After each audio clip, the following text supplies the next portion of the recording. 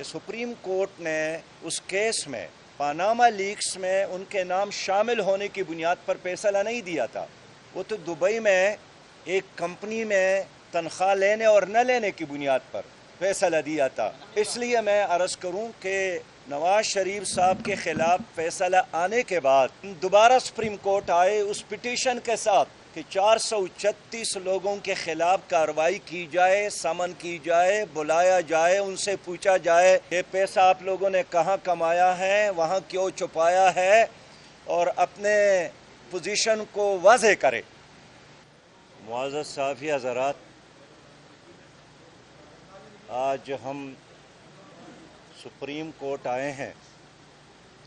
مولانا ہدایت الرحمان general secretary Jamaat Islami Balochistan اور حق و تحریک گوادر کے قائد، سپریم کورٹ نے ان کی گرفتاری کو ہر لحاظ سے غیر قانونی قرار دے کر رہائی کا فیصلہ کیا ہے.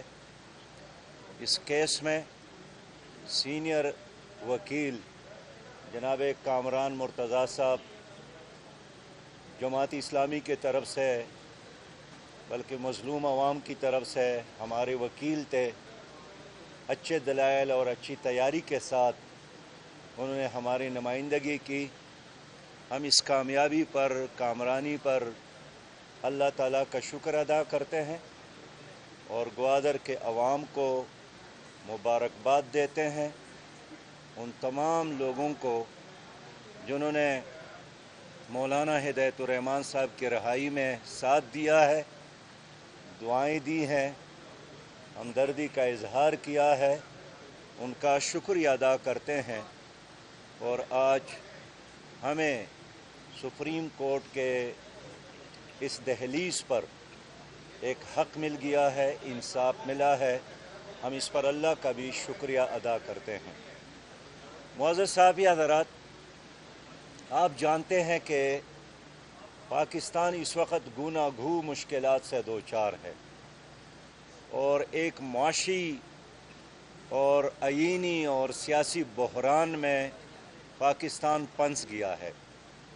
ایسے میں بلوچستان جو جغرافیائی لحاظ سے، رقبے کے لحاظ سے پاکستان کا سب سے بڑا صوبہ ہے، معدنیات سے مالا مال صوبہ ہے، اور پاکستان کے روشن مستقبل کے لیے گوادر سب سے اہم سٹی ہے، اور یہ اب ملک ہی نہیں ایک بین الاقوامی اہمیت کا حامل شہر ہے. لیکن ان تمام سہولتوں سے محروم شہر ہے جو انسان کی ضرورت ہے. وہاں پانی نہیں ہے، بچوں کے لیے تعلیم کا انتظام نہیں ہے، سر چھپانے کے لیے گھر نہیں ہے. جو غریب مچھیرے صدیوں سے وہاں مچھلی پکڑنے کا کاروبار کرتے تھے اور ان کا واحد ذریعہ معاش تھا، اب وہاں اس ذریعہ معاش پر بھی پابندی لگی ہے اور باہر سے ٹرالر نے آ کر غریب مچھیروں کا کاروبار ختم کیا ہے. اور اس کے ساتھ ہی وہاں کے لوگ اپنی حقوق کے لیے تڑپ رہے ہیں. مولانا ہدایت الرحمان صاحب نے وہاں کے عوام کی نمائندگی کی، 2 بار طویل دھرنے دیے، صحبتیں برداشت کی، 125 دن وہ جیل میں رہیں اور آج ان کو رہائی ملی ہے. لیکن ہم آج اسلام آباد میں سپریم کورٹ کے اس دہلیز پر پھر اعلان کرتے ہیں کہ ہم نہ صرف گوادر کے لیے، نہ صرف بلوچستان کے لیے، بلکہ پاکستان بھر کے مظلوم، محروم اور مجبور عوام کے حقوق کے لیے جدوجہد جاری رکھیں گے. اور ہم ہر پاکستان کے مظلوم انسان کے ساتھ کھڑے ہیں. ہم چاہتے ہیں کہ پاکستان ترقی کرے، اور ترقی کے لیے، آگے بڑھنے کے لیے عدل اور انصاف کا قیام ضروری ہے.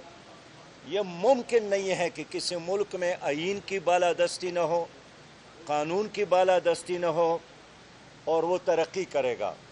ہم چاہتے ہیں کہ پاکستان میں محمود اور ایاز ایک صف میں ہو اور تمام پاکستانیوں کے لیے ایک ہی قانون ہو. ایک ملک میں 2 قوانین اور 2 پاکستان نہیں چل سکتے ہیں. اس لیے جماعت اسلامی اپنے ملک کے عوام کے خاطر ایوانوں کے اندر بھی ایوانوں کے باہر بھی اپنی اس جدوجہد کو جاری رکھیں گے۔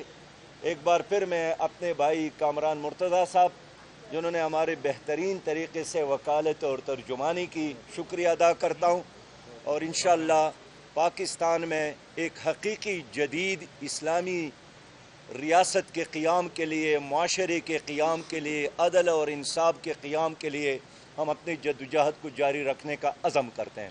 جناب کامران صاحب، دیکھیے، ایک شہری کیا کر سکتا ہے؟ وہ عدالت تک اپنی بات پہنچا سکتا ہے، اور ہمارا وہ پٹیشن پاناما لیکس میں 436 لوگوں کے خلاف ہے، وہ صرف ایک فرد کے خلاف نہیں ہے۔ اور میں پھر کلیئر کرنا چاہتا ہوں کہ ہم تو آئے تھے پاناما لیکس میں 436 ان لوگوں کے خلاف جنہوں نے پاکستان میں کما کر باہر چھپایا ہے، اور ملک اور بین الاقوامی میڈیا میں ان کے نام آئے ہیں۔ لیکن ہمیں آج بھی افسوس ہے کہ سپریم کورٹ نے اس کیس میں پاناما لیکس میں ان کے نام شامل ہونے کی بنیاد پر فیصلہ نہیں دیا تھا۔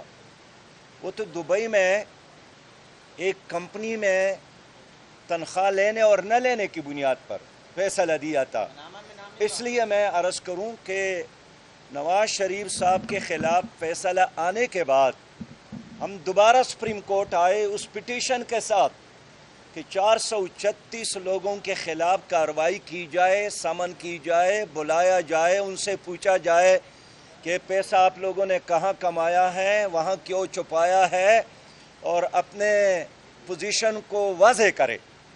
لیکن مسئلہ یہی تھا کہ اس 436 افراد میں پی ٹی آئی کے لوگ بھی تھے، مسلم لیگ کی لوگ بھی تھے، پیپلز پارٹی کے لوگ بھی تھے، اور مؤثر اشرافیہ کے لوگ شامل تھے۔ یہی وجہ ہے کہ آج تک سپریم کورٹ اس کیس پر خاموش ہے، اور ہماری جدوجہد اسی طرح جاری ہے۔ اس کے بعد ایک اور کیس آیا پنڈورا بکس کا، جی پنڈورا لیکس۔ اس میں بھی ملک اور بین الاقوامی میڈیا نے وہ تمام نام جو اس میں درج تھے پاکستانی تھے، لیکن ہمارے معزز عدالت نے اس پر بھی کوئی ایکشن نہیں لیا۔ اس کے بعد، اور اس کی وجہ بھی یہی ہے کہ اس میں بھی پاکستان کے تمام اکثر سیاسی جماعتوں کے لوگ اس میں شامل تھے، الا ماشاءاللہ کچھ ہی باقی ہے۔ پھر توشہ خانہ کا کیس آیا، اس میں بھی سب انوالو ہے، الا ماشاءاللہ کچھ نام بچے ہیں۔ بہرحال اس ملک میں جماعت اسلامی کی جدوجہد ایک کرپشن فری پاکستان کے لیے جاری ہے، لیکن صحیح بات یہ ہے کہ نیب ہو، ایف آئی اے ہو، عدالتیں ہوں، گزشتہ 75 سالوں میں ان لوگوں کا کچھ نہیں بگاڑ سکے۔ اب ایک راستہ باقی ہے، اور وہ یہ کہ عوام فیصلہ کرے کہ کیا یہ لوگ جن کے نام پاناما لیکس میں ہیں، پنڈورا لیکس میں ہیں، نیب میں جن کے نام ہیں، جنہوں نے بینکوں کو لوٹا ہے، جو نیب زدہ ہے، ان کو سیاست میں اور حکومت میں ہونا چاہیے۔ یہ فیصلہ عوام ہی کو کرنا ہے۔ اب اصل طاقت عوام کا ہے، اور اس لیے جماعت اسلامی کا موقف یہی ہے کہ ملک کا اصل وارث 24 کروڑ عوام ہے۔ اب عوام کو موقع دیا جائے، عوام کو حق دیا جائے کہ وہ اپنے لیے مستقبل کی حکومت کا، قیادت کا، لیڈرشپ کا فیصلہ کرے۔